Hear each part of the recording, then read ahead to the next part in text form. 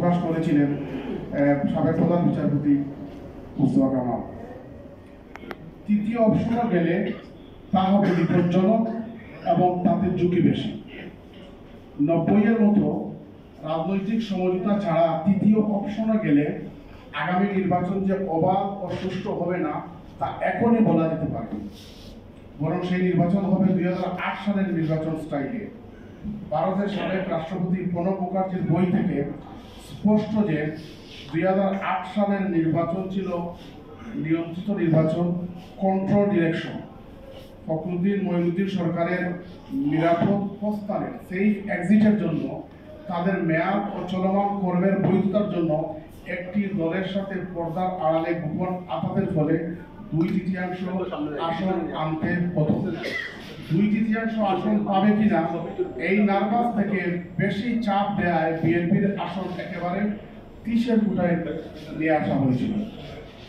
কথিত প্রধানমন্ত্রী শেখ হাসিনা একাধিকবার পাবলিকলি বলেছেন আরো একটু মেকানিজম করলে বিএনপি বিরোধী দলের আসনে বসার যোগ্যতা হারাত। অথচ বিএনপি 30টি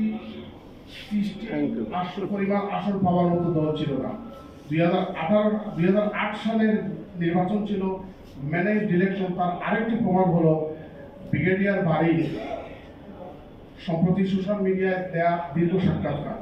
তিনি তার সাক্ষাৎকারে বিস্তারিতভাবে বর্ণনা করেছেন 1/11 এর বিভীষিকাময় দিনগুলো ওই সময়ে সংসদ ভবন এলাকায় স্থাপিত সাব জেলে কিভাবে মেজর জেনারেল আমিন ও ডক্টর গহর রেজভি সমঝোতার জন্য নীরবে কথিত প্রধানমন্ত্রী শেখ হাসিনার সাথে সাক্ষাৎ করতেন।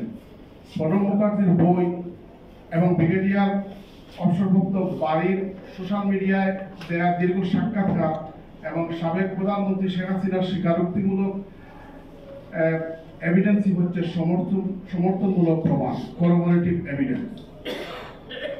সম্মানিত সাংবাদিক বন্ধুগণ,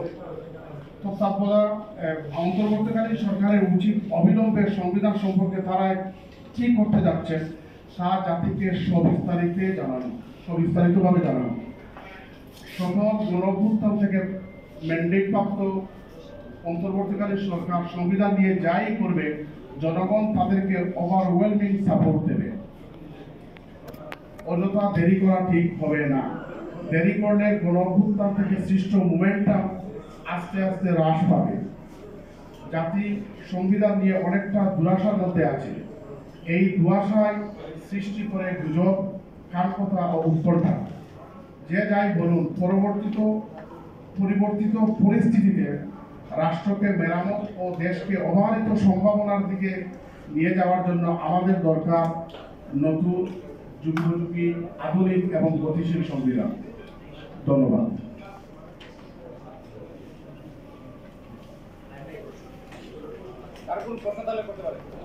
আপনাদের প্রশ্ন থাকলে প্রশ্ন করতে পারেন, চেষ্টা করবো প্রশ্নের উত্তর দেওয়ার জন্য।